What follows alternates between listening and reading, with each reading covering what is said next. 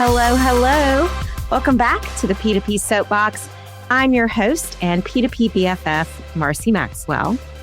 Have you ever inherited a peer-to-peer program that was already running like clockwork? Everything's set up, systems are in place, teams know what they're doing. You were basically stepping into a well-oiled machine.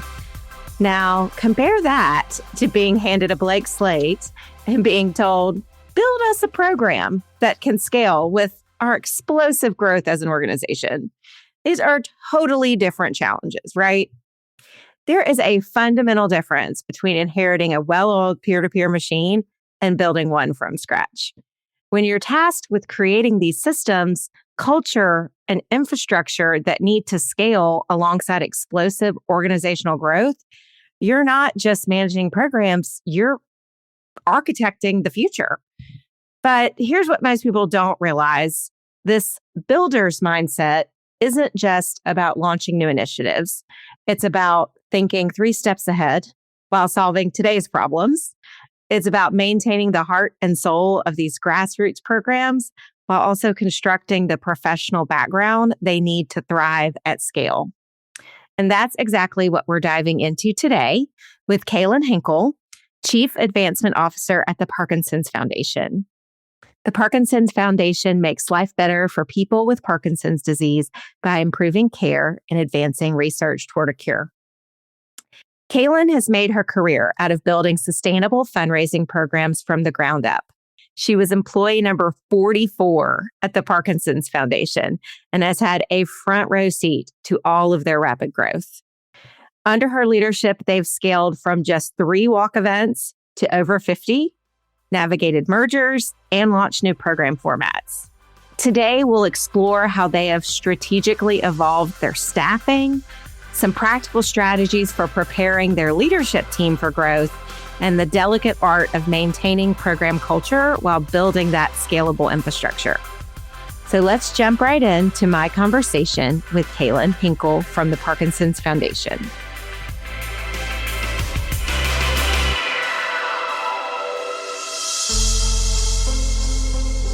Kayln, welcome to the P2P Soap Box. So happy to have you. Hi, Marcie. I'm so glad to be here. I know we had the chance to meet for the first time at the conference this past year when you joined us on one of our panels, and was just so excited to hear about your experience at the Parkinson's Foundation and kind of how you have really grown up there and grown the organization at the same time. So let's start with we'd love to hear about your personal journey or professional journey that led you to your current role at the Parkinson's Foundation.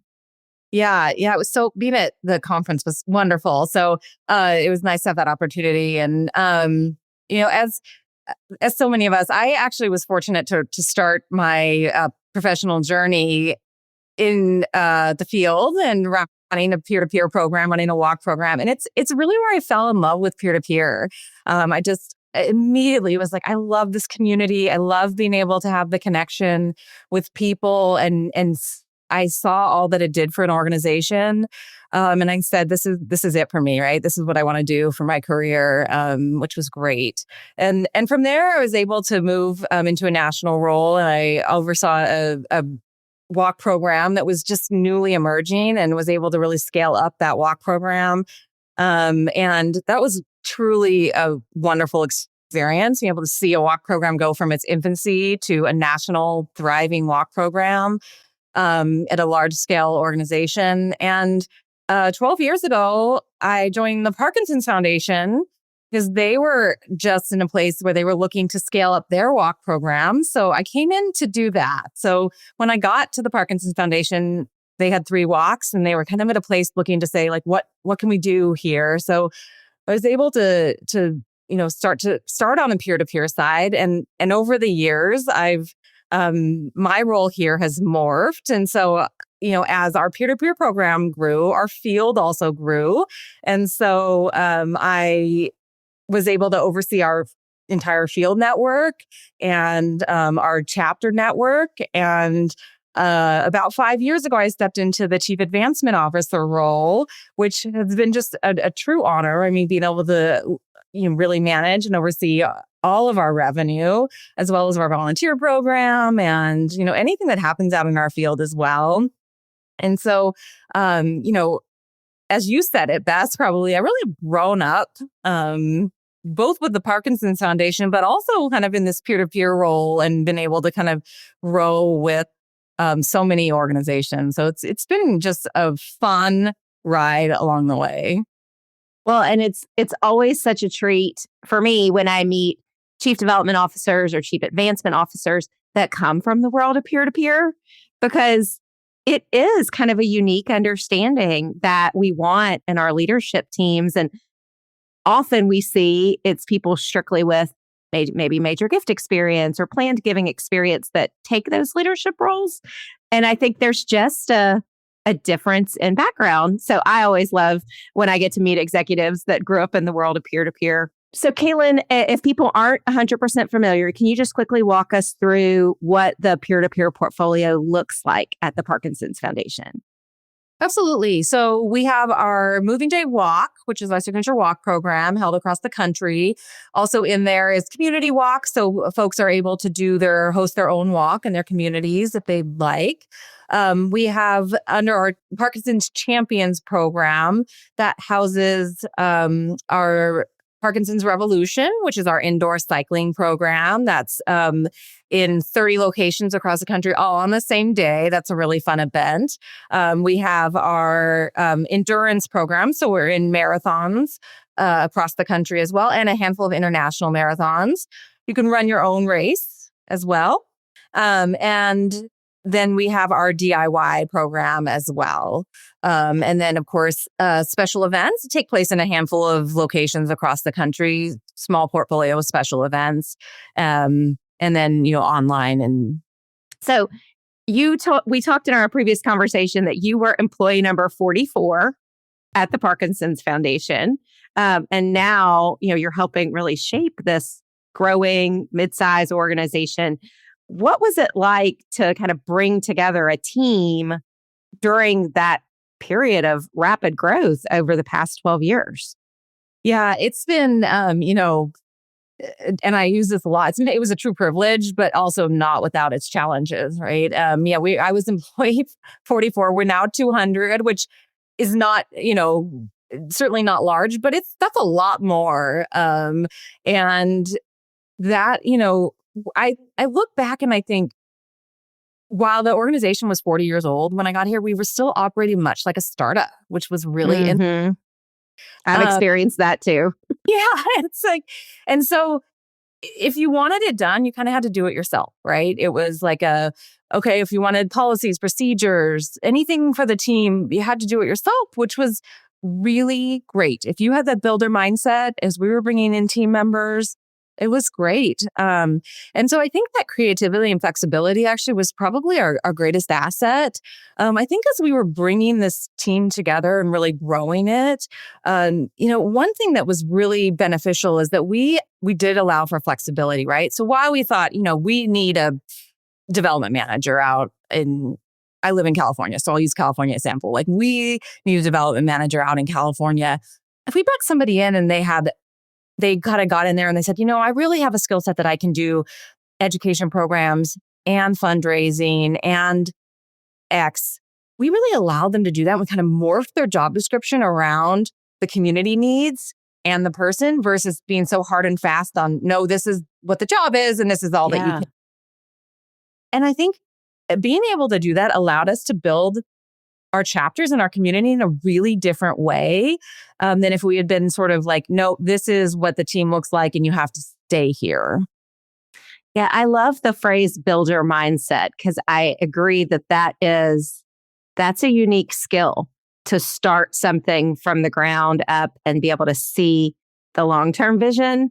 That's maybe different sometimes from taking it over midstream and moving it forward. Those are two different skill sets.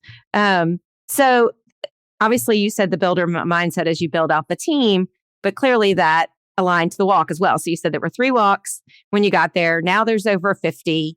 And you had talked about, it was kind of a mom and pop peer-to-peer program. I think we've all worked in those, and there's beauty to mom and pop programs, and there's also challenges to that. So what were some of the challenges or, the successes of kind of scaling up that program as quickly as you did? How did you adapt the program from 3 to 50?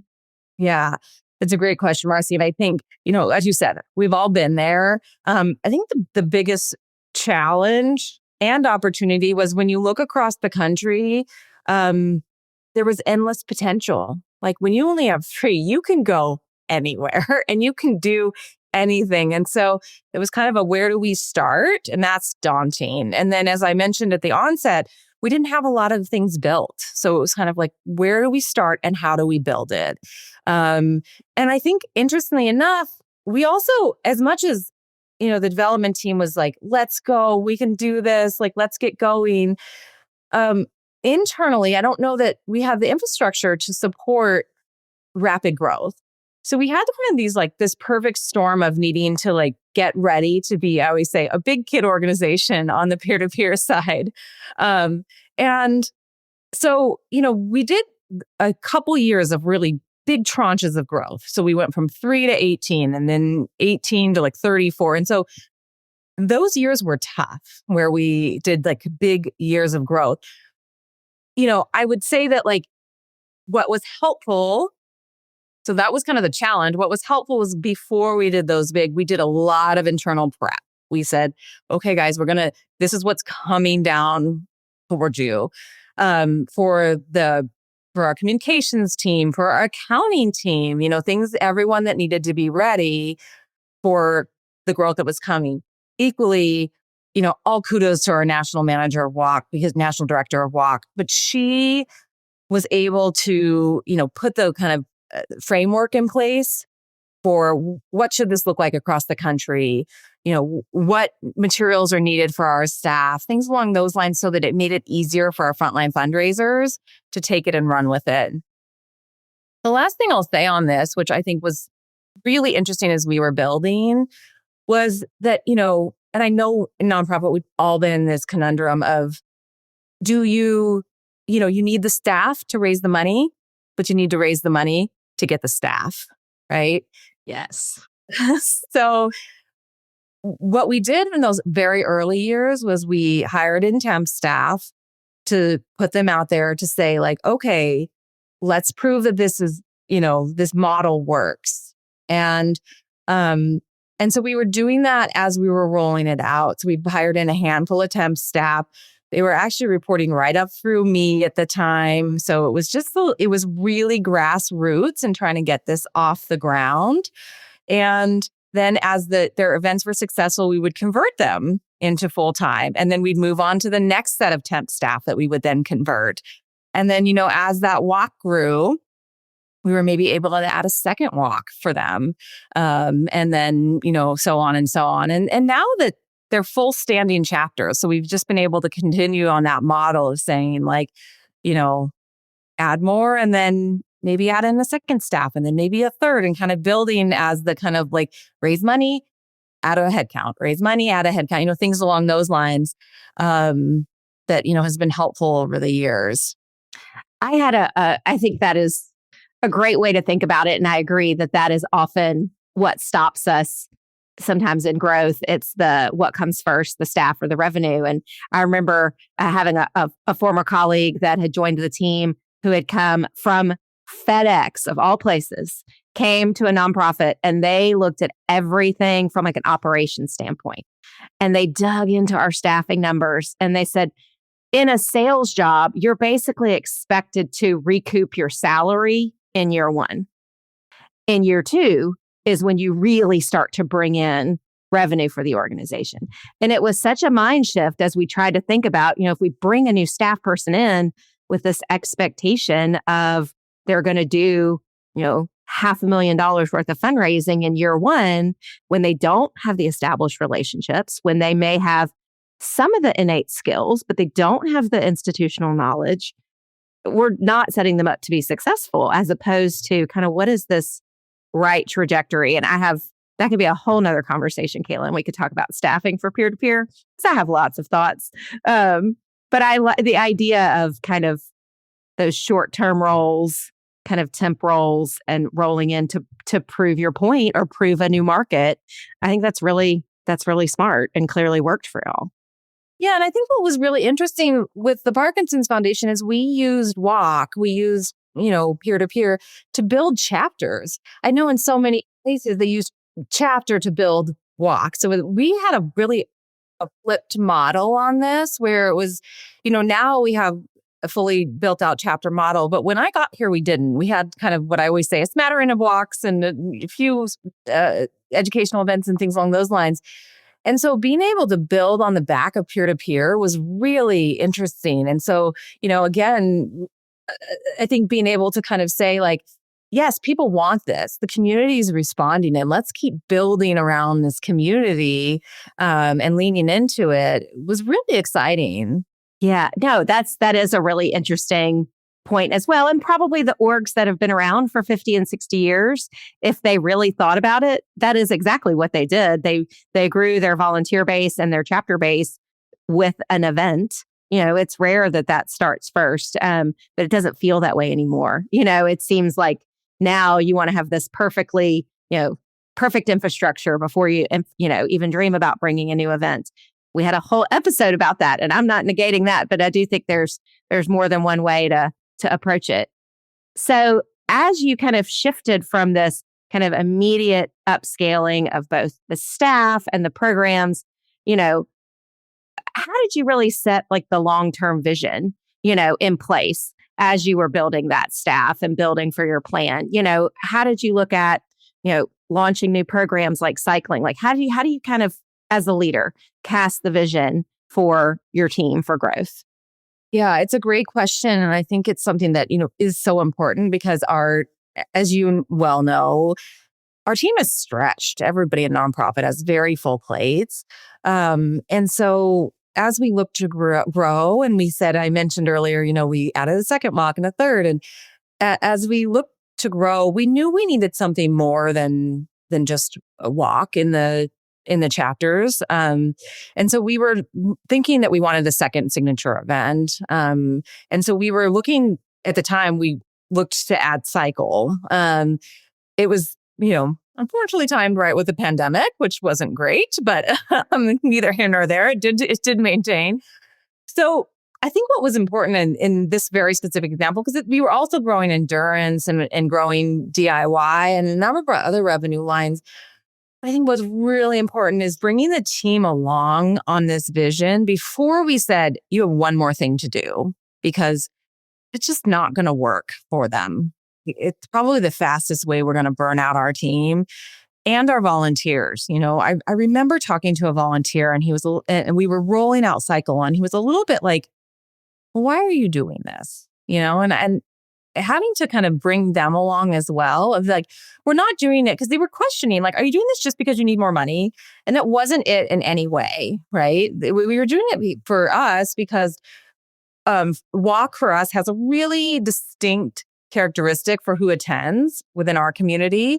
And so we set up our cycle program for a really different community. Not to say that, they can't cross over, but it appeals to a different audience for us. And so I think that being able to explain that to the staff, that this is only going to help you. This is going to help you build your pipelines, help in your individual giving, major giving. And then also it does help the revenue, right? And so we needed to bring everybody along in kind of that, here's what this looks like short term, but here's what long term it looks like. And one of the things we started to do with our staff was we put out to them what their growth trajectory could look like. Because I think one of the hardest things and again, we're very mid-sized. So you don't want to come here and think, I'm going to be doing this forever or I have to leave. And so we started to put out there of, if you can raise this much revenue, this is what your next pathway can look like. If in a role in a responsibility, things along those lines, so that people could feel like this is the goal I can get to. So they're not as like, oh, you're giving me one more thing to do. It's like, oh, I want to take this on because I want to grow to that next role or to that next level here. And we outline that for everyone on the team. So they really see what growth through the organization could look like for them, for their team members, for their chapter. So that as we add new programs, we ask people to take on individual giving portfolios, we kind of look at what the growth for our peer-to-peer program can be. Everybody's really bought in on that long-term vision. Well, and one of the other things I love about peer-to-peer is how it is such a training ground for so many different, pathways for development. I've seen people that cut their teeth in peer-to-peer and then they go over and they really get in on the corporate sponsorship piece or the corporate, social impact campaigns. Or they go, I've really loved the marketing side, or I really loved the event, the event logistics side, or I loved the relationship building and I, one day took on a major gifts role. And so I think being able to have people see a path of this is what you're learning now and this is where it could take you. I one time had, and I tease her about it still to this day, I had an old coworker. She'd been doing events for maybe 3 or 4 years. So she was mid-20s. And she was just like, I think I need to move on. I don't want to be pigeonholed as an events person. And I was like, I love you. You've been in the working world for 4 years. You're going to probably be working for about 40 more. So I think you're okay. Like, let's talk about what skills you're learning that will set you up. And now she's doing great things in the corporate space, but I still sometimes tease her about that she was worried about being pigeonholed early on. And so I think people don't do enough of that, having that conversation on the front end with someone about their career trajectory and what they're learning. Because I think people don't want to lose their good people, but it's like, yeah, but if I lose them to a better role for them, that's okay for them. So I think that's great that you're talking through that with them. So as your staffing model has evolved with these new programs, how has that changed kind of the people you're hiring, right? Like, do you look for different qualities for, a DIY manager as opposed to a walk manager or a cycling manager? Yeah, we've really had to adapt over the years. I think because the world is different. I mean, I'm sure than when you and I both started in the field, the world is so different now. And so that's part of the change. I also think, as I mentioned, we've really tried to be flexible. And so when we first started launching our peer-to-peer, we were looking for specialists. We needed people who could run a walk, new logistics, and new, some fundraising. And then we started adding individual giving portfolios to these folks and maybe a special event. And so we needed generalists. And then as the chapters grew, we started saying, okay, we've got a couple people in the chapter. And so now we need specialists again. And so the hiring model has really changed over the years and morphed. And I think that's been interesting to see because it kind of goes back to this, how do we pathway people? But then also, how do we hire for the needs of today? They're changing as we grow, as the program grows, and as our constituents need different things. And I think one thing we're really finding now is our constituents are really leaning into DIY, different way. Parkinson's is a tough disease. Not everyone can get out, but they can kind of do things on their own time. And so, being able to meet them where they're at has been so important. And so our DIY is really growing. And this year we actually said, you know what, let's see if there's something here. And so for the first time ever, we're going to be hiring specific DIY managers that are focusing just on this and to give it a try, right? And then, I'm certain it's going to go well, but I think it's a test. And I think that's where I'm so appreciative of the flexibility we've had as we're growing to say, like, let's test this and see if this is something that's going to work for us. Right. Well, and I think, again, we always think about event people. I feel like sometimes we're special unicorns, right? Like we have to be able to put on a great event, manage the relationship, sell the sponsors, create the marketing. You kind of had to be able to do everything. You were that jack of all trades. And I think the reality is sometimes you find somebody who's really, really good at one piece of the puzzle, but they just kind of can't manage the other part. And so I feel like a DIY kind of take the event logistics off their plate. They just get to focus on marketing and recruitment and relationship building. That might be exactly what that person needed to succeed if they felt like that piece just was not that the piece that was holding them back or making them struggle. So I think as organizations get bigger, there becomes this, I don't know, it's this conversation for, parity among roles. And the reality is every market does need something different, depending on what events they have in the community. Every role might look a little bit different. And you might have a colleague in a similar role to you across the organization, but they're not exactly the same. And being okay with that, I think, as organizations get bigger. Yeah, it's a tough thing. I think you do have to say, they're not equal. Like they are similar, but not equal. And that's a really challenging thing because the other side is that even looking at market size, right, and things along those lines, and I know that this is a real struggle that every organization faces, and like we certainly are not alone in this. But we really, I think the flexibility is one thing that definitely is important as we look to continue to grow and really again meet the needs of the community today versus you're going to be in 3 years from now. Right. It'll be Gen Z hitting the workforce even harder really soon. I mean, they're already there, but it's going to be taking over pretty soon. And there's a lot of different needs. I don't know about you. I'm a millennial. And so, or an elder millennial. And what I thought of a job coming in right out of college was very different, I feel like, from what, the new entrants into the workforce are looking for. So you've navigated a lot of change. You've asked for investment in staff, asked for investment in programs. How do you prepare, like your national board and your leadership team for the need to invest in this growth, when it comes to change management or how do demonstrating that long-term ROI? How are you working with your leadership team on your growth plan?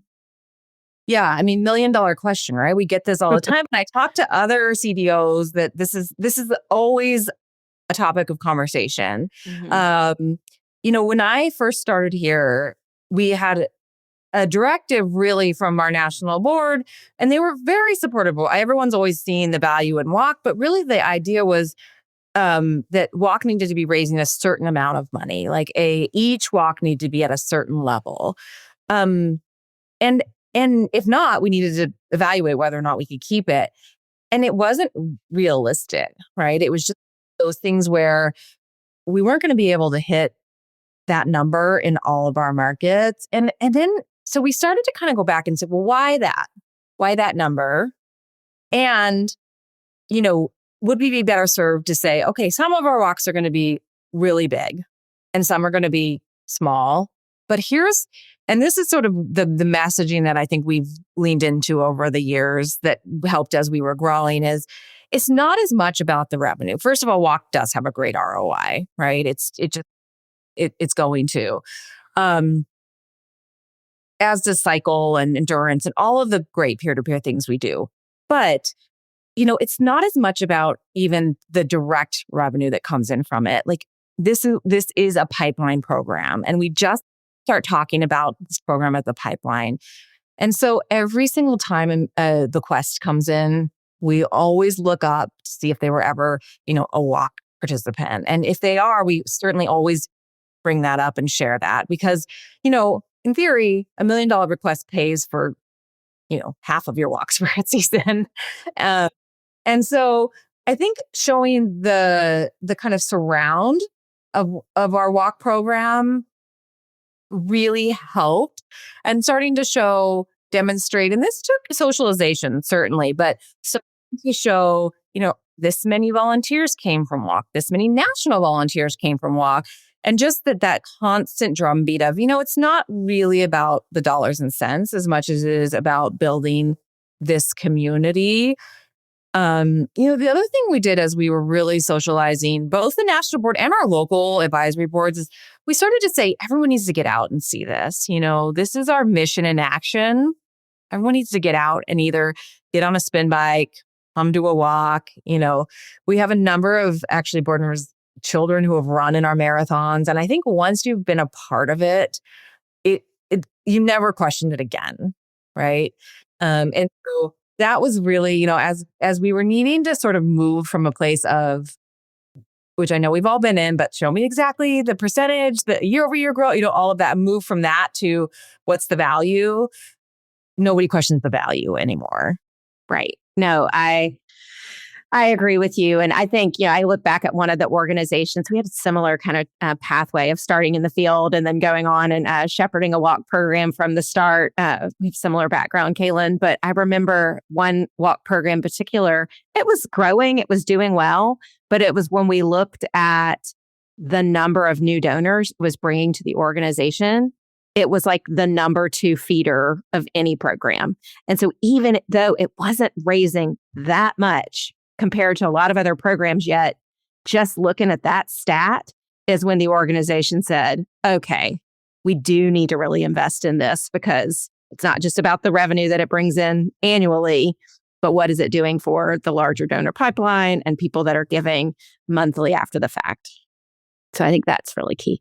And we're very similar, where we've looked at what it brings in, and it's new donors, it's just new participants that are then going on to our education events. And yes, it's our second highest as well. So probably very similar to the world.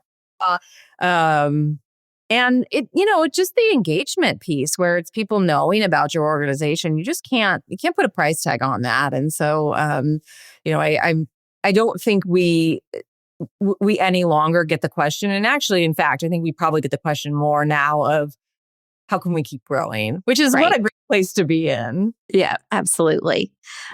So where can people learn more about all of your great work at the Parkinson's Foundation? If we want to drop some links in our show notes, where can we drive people to find out more? You can find more on our website at parkinson.org. Our social handles at parkinson.org. Our Moving Day Walk website is movingdaywalk.org. And then Revolution is parkinsonsrevolution.org. Awesome. Well, Kayln, thank you so much for just sharing kind of your journey. I think there's so many kind of programs out there that, we talk often about the really large programs in the space, but I think there's a lot of others that are doing really fantastic things that are just more in that mid-sized role, or they're in a position where they're like, we're at 3 walks and we want to get to 50. And so kind of hearing your experience of what that looked like, I think will be really insightful for people. Yeah, thanks, Marcie. This is great. I'm so glad we had the opportunity to talk through this. Absolutely. The P2P Soap Box is produced in partnership with True Story FM, engineering by Pete Wright. Music this week is by Oliver Michael. If your podcast app allows ratings and reviews, we hope you'll consider doing just that for our show. But the best thing that you can do to support the P2P Soap Box is simply to share the show with a friend or colleague. Thank you for listening.